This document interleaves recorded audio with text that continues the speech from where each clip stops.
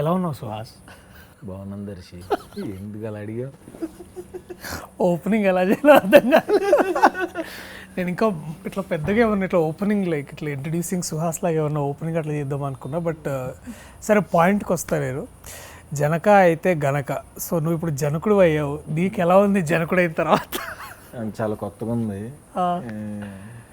ఏం చేయాలి అర్థం కావట్లేదు. ఇంతకుముందు నేను వైఫై కాబట్టి ఉండేది కాదు. బొడ్డోడు పుట్టిన తర్వాత కొత్తగానే ఉంది, కొంచెం భయంగా ఉంది. టైం లైన్ ఎట్లా ఉండింది అంటే, నువ్వు ఈ స్క్రిప్ట్ విన్న తర్వాత బాబు పుట్టాడు బేసిక్లీ, అంతేనా? షూట్ చేస్తున్నప్పుడు బాబు పుట్టాడు. అండ్ ఎట్లుండేది? టూ మైండ్ సెట్స్ ఉండే నీకు ఏమన్నా మధ్యలో? అంటే నీకు ఒక ఆ స్క్రిప్ట్ విని అంటే అందులో అంటే your playing that character of అసలు పిల్లలు వద్దు పిల్లలు ఇదే అని, బట్ నీ కాంట్రీలో నీ లైఫ్, నువ్వు ఇంటికి రాగానే నీకు ఇంట్లో రాగానే బాబు. సో హౌ డిడ్ యూ అంటే నీ స్టేట్ ఆఫ్ మైండ్ ఎట్లా ఉండేది బేసిక్లీ ఆ టైంకి? ప్యారలల్గా జరిగినాయి యాక్చువల్గా. ఇక్కడ షూట్లో చేంజ్ చేస్తాను, ఇంటికి వెళ్ళిన తర్వాత అది చేసేవాడిని.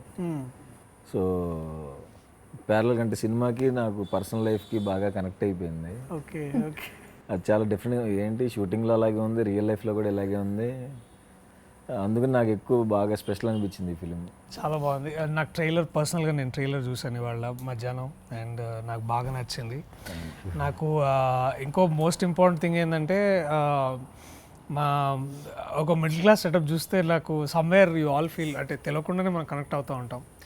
అండ్ నాకు the most connecting part is the family and definitely the actors in the trailer. నేను చూసిన మురళీ శర్మ గారు కానివ్వండి, లేకపోతే రాజేంద్ర ప్రసాద్ గారు లేకపోతే గోపరాజ్ గారు కానివ్వండి, all of this ensemble of cast is very nice. But ఏంటి, what is your most challenging part in the whole thing? Challenging part ఏం లేదంటే ఫుల్ ఎంజాయ్ చేసేసాను. అవునా?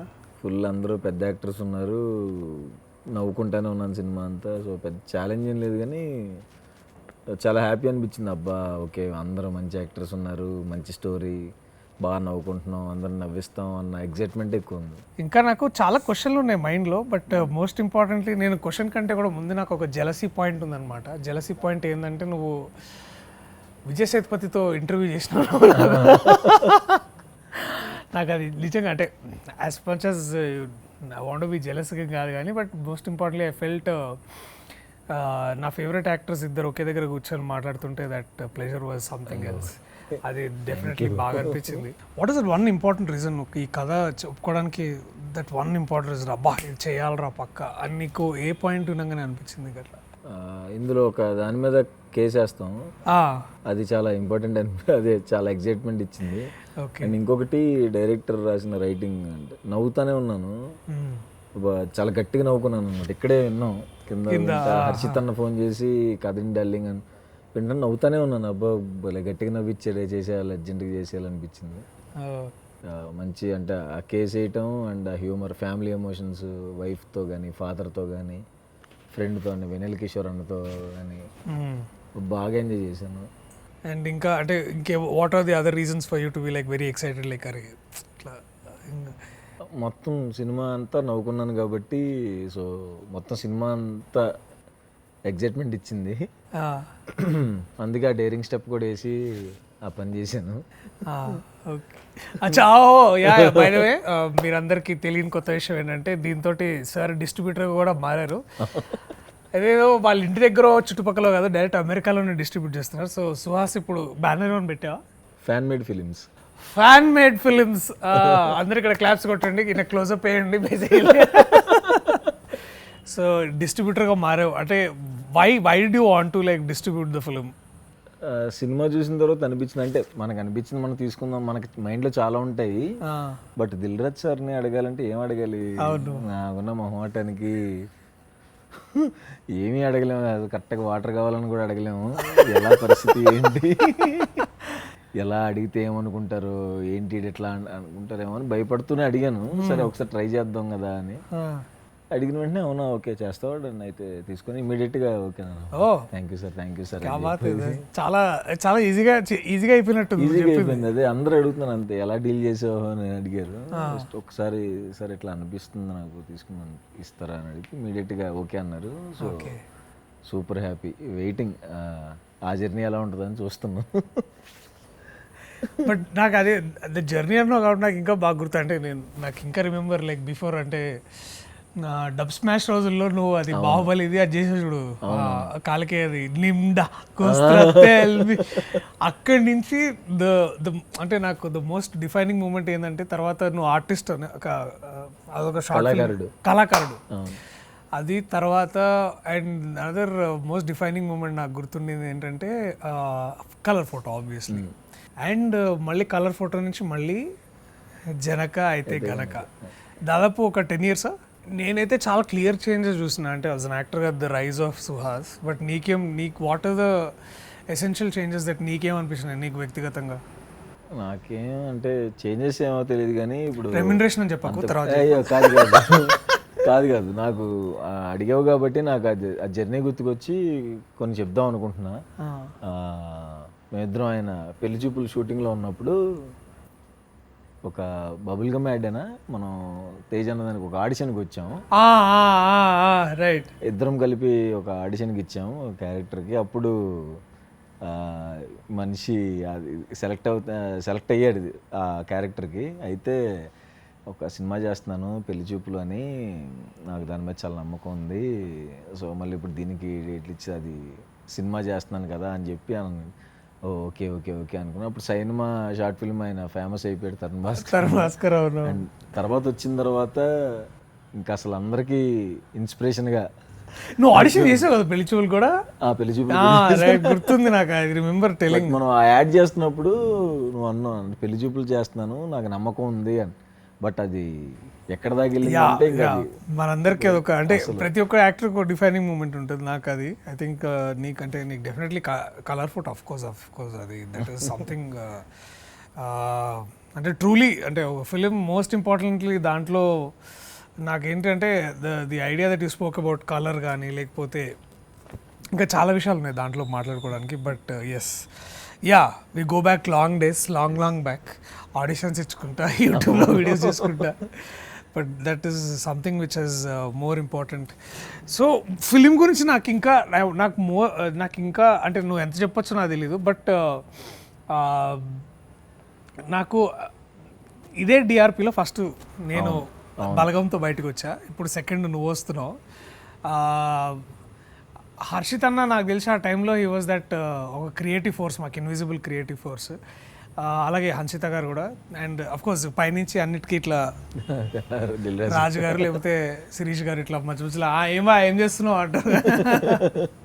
నీకెట్లా ఉండింది వాళ్ళతోటి? అంటే వాళ్ళు ఎంత అఫ్ కోర్స్ నాకు డైరెక్టర్ గురించి చెప్పారు, అవన్నీ చెప్పారు, కానీ నీకెట్లా ఉండింది హర్షిత్ అన్నతోటి వీళ్ళతోటి?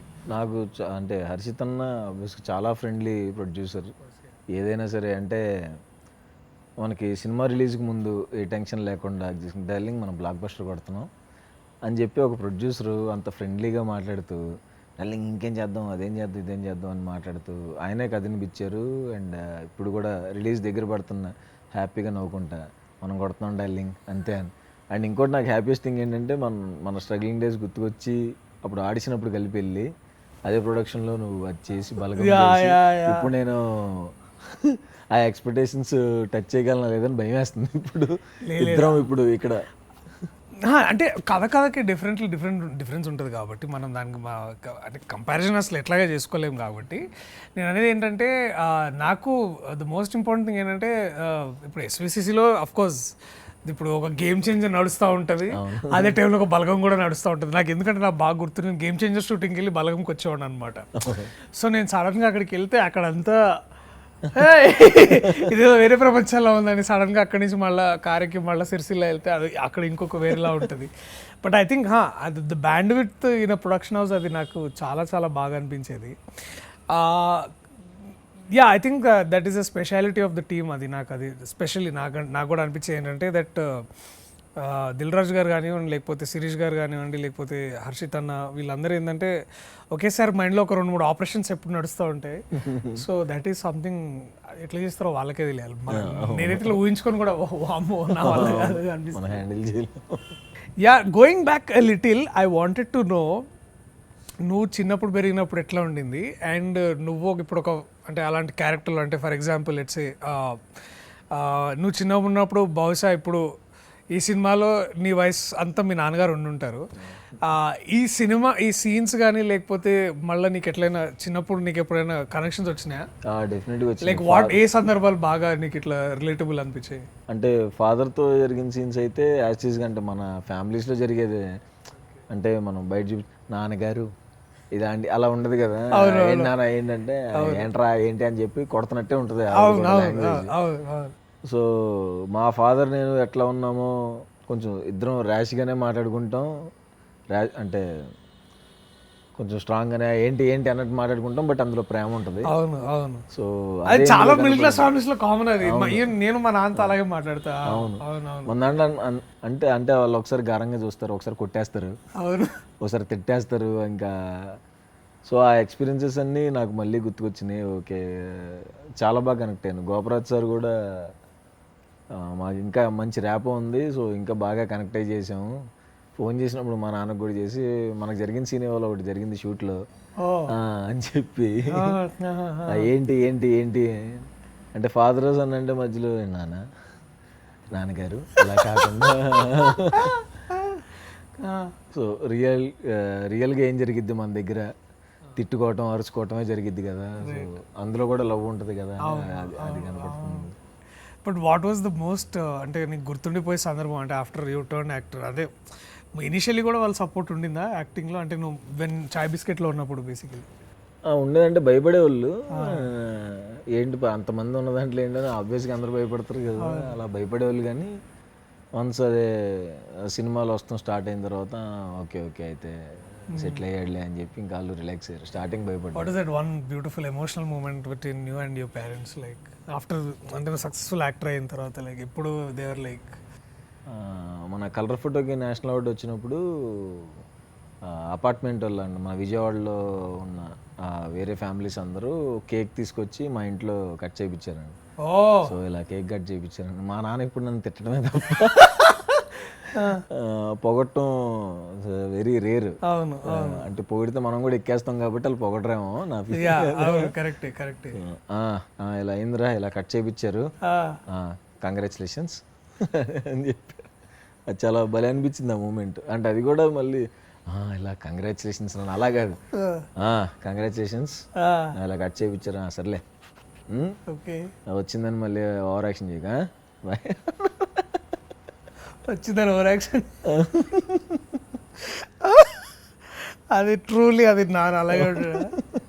నాకు కూడా అంటే ఐ రిమెంబర్ కోవిడ్లో ఆబ్వియస్లీ ఇంట్లో ఉన్నాం కదా, బాగా నేను పొట్టొచ్చి సరే ఇక నేను అప్పుడు మెయిల్ సినిమా షూటింగ్లో ఉండే.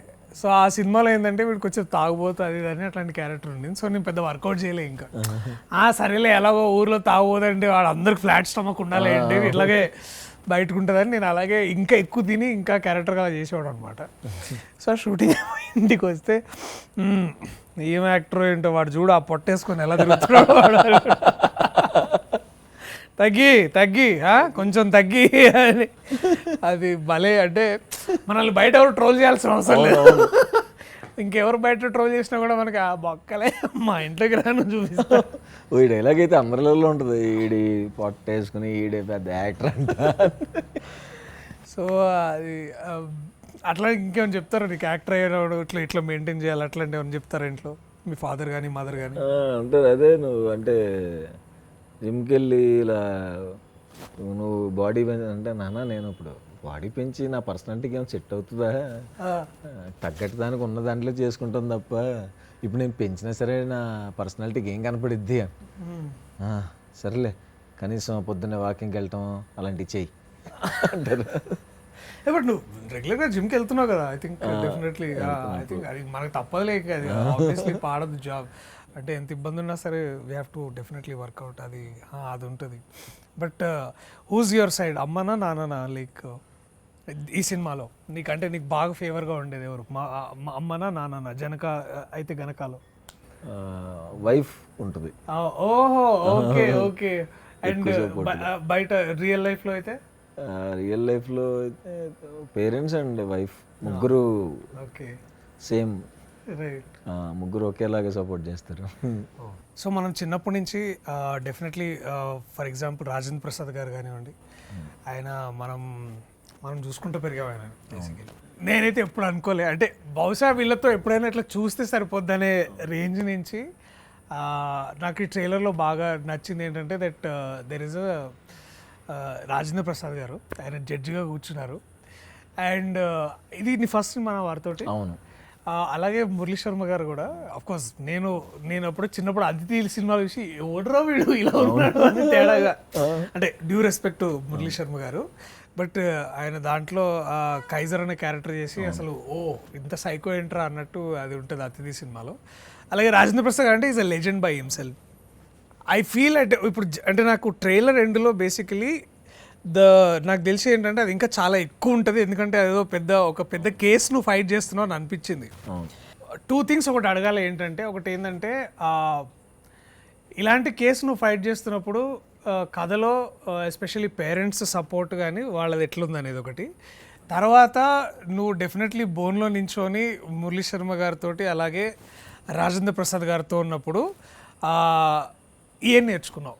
అంటే లైక్ అంటే ఫస్ట్ టైం కాబట్టి like 2 things I wanted to know. నాకు ఫస్ట్ టైం అంటే రాజేంద్ర ప్రసాద్ గారు అంటే ఆబ్వియస్గా నాకు ఏప్రిల్ 1 విడుదల ఆల్ టైమ్ ఫేవరెట్. ఆహనా పెళ్ళంట అంటే ఆయన అన్ని మనం జనరల్గా యూట్యూబ్లో కూర్చుంటే రాజేంద్ర ప్రసాద్ గారి మూవీస్ అని సెర్చ్ చేస్తాం ఎప్పుడైనా ఖాళీ కూర్చుంటే. సో చాలా క్వశ్చన్లు ఉంటాయి కదా, అడగొచ్చా సీనియర్ యాక్టర్ ఏమైనా అంటారో ఏంటో అని ఒక భయం ఉండేది. వచ్చిన వెంటనే ఆయన వచ్చి మాట్లాడిన వెంటనే ఫస్ట్ మన దగ్గర ఉన్నాయన్నీ కక్కేశాను. సార్ ఆ డైలాగు ఈ డైలాగు ఇది ఆ సినిమాలో ఈ డైలాగు భలే ఉంటుంది సార్, అది సార్ ఇది సార్ ఇది సార్ అని చెప్పి మొత్తం కక్కేశాను. ఆయన కూడా చాలా ప్రేమగా చూసుకునేవారు, లంచ్కి పిలిచేవాళ్ళు, పెట్టేవాళ్ళు.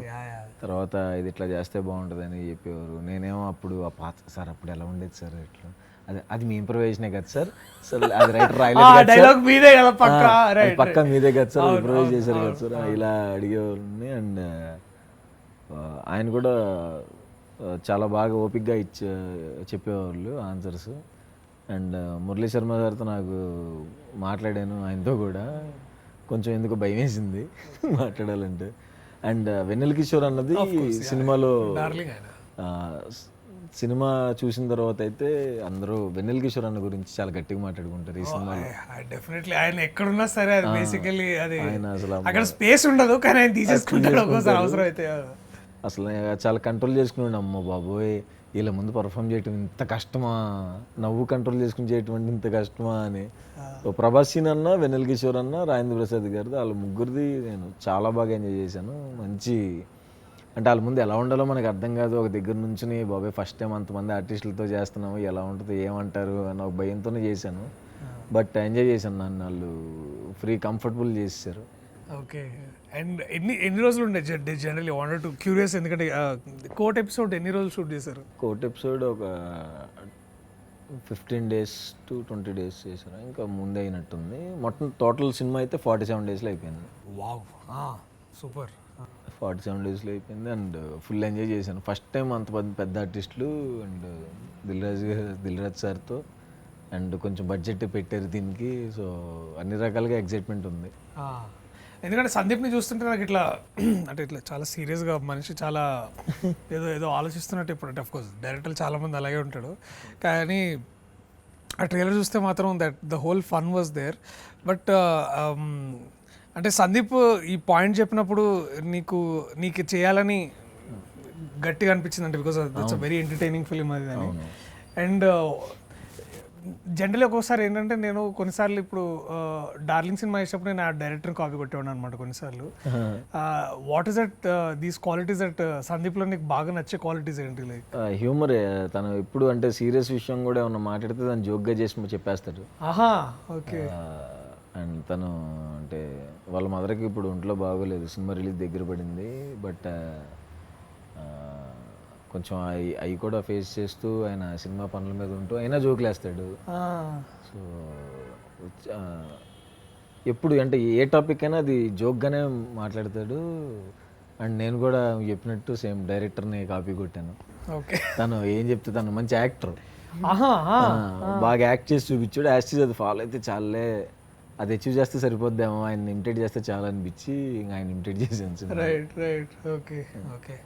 డిఆర్పి అన్న, ఎస్ఎస్సిసి అన్న, ఎస్పెషల్లీ దిల్ రాజు గారు కానివ్వండి, అంటే త్రూ బలగం ఏంటంటే నేను అప్పుడు దాకా దిల్ రాజు గారు ఒక ప్రొడ్యూసర్గానే తెలుసు నాకు. బలగం చేసే టైంలో వారు ఎంత గొప్ప ఫ్యామిలీ పర్సన్ నాకు అర్థమైంది. అంటే వారు ఫ్యామిలీకి ఇచ్చే వాల్యూ ఎట్లాంటిది, తర్వాత the whole family how it is a very close knit and ఇదంతా. అండ్ ఎస్పెషల్లీ బ్యానర్స్ అంటే మనం కుటుంబ కథా చిత్రాలు అంటే ఎక్కువ ఎక్కడి నుంచి వస్తాయంటే మనకి బ్యానర్స్ నుంచి వస్తాయి. నాకైతే చూడడానికి రీజన్ ఉంది, బట్ నీ ఫ్యాన్స్కి, నువ్వు యుఎస్లో ఉన్న నీ ఆడియన్స్కి వీళ్ళందరి సినిమా చూడాలంటే why should they watch Janaka Aithe Ganaka? అంటే ఈ సినిమా అయితే ఇప్పుడున్న ప్రజెంట్ సిచ్యువేషన్, అంటే మనం చదువుకున్నప్పుడు ఉన్న ఖర్చులు వేరు, ఇప్పుడు పిల్లల్ని కనేవాళ్ళు వాళ్ళకున్న సిచ్యువేషన్స్ వేరు, వాళ్ళ ఖర్చులు వేరు. మనం ఇప్పుడు మనం మొత్తం స్టడీస్కి అయిన ఖర్చు వాళ్ళకి ఎల్కేజీకి అవుతుంది. సో ఆ సిచ్యువేషన్ గురించి ఒక ఫన్ వేలో చెప్పాము. అండ్ ఎందుకు చూడాలి అంటే ఖచ్చితంగా వస్తే ఆ 2 గంటలు నవ్వుతూనే ఉంటారు, నవ్వి నవ్వి నవ్వి నవ్వి నవ్వి వెళ్తారు, తిట్టుకోరు ఎవరు, చక్కగా నవ్వుకుంటారు, నవ్విచ్చారురా బాబు అని సినిమా చూసిన తర్వాత డైరెక్టర్ గురించి మాట్లాడుకుంటారు, బాగా భలే నవ్విచ్చాడు ఆ డైరెక్టర్ ఎవరు అని. వెరీ హ్యాపీ సుహాస్, నువ్వు కిలో వర్క్ చేస్తున్నావు. Very looking forward to Janaka Aithe గనక. అండ్ నీకు మీ టీం అందరికీ ఒక సూపర్ డూపర్ బ్లాక్ బస్టర్ రావాలి. నువ్వు కూడా ఈ సినిమాతో ఒక 100 crores కొట్టాలని నేనైతే అబ్సల్యూట్లీ, సరే ఓకే బై, 120 crores కొట్టాలని. నేను అసలు షూటింగ్ నుంచి వచ్చి మళ్ళీ పొద్దున్న షూటింగ్ ఉండి వచ్చినందుకు థ్యాంక్స్. ఫ్రెండ్స్కి మాత్రం చేయొచ్చు. So all the very best మామా. Thank you. Do very well, do fantastic and all the very best. Looking forward. నాకు మాత్రం ఫ్రీగానే టికెట్లు అయ్యే బాబు.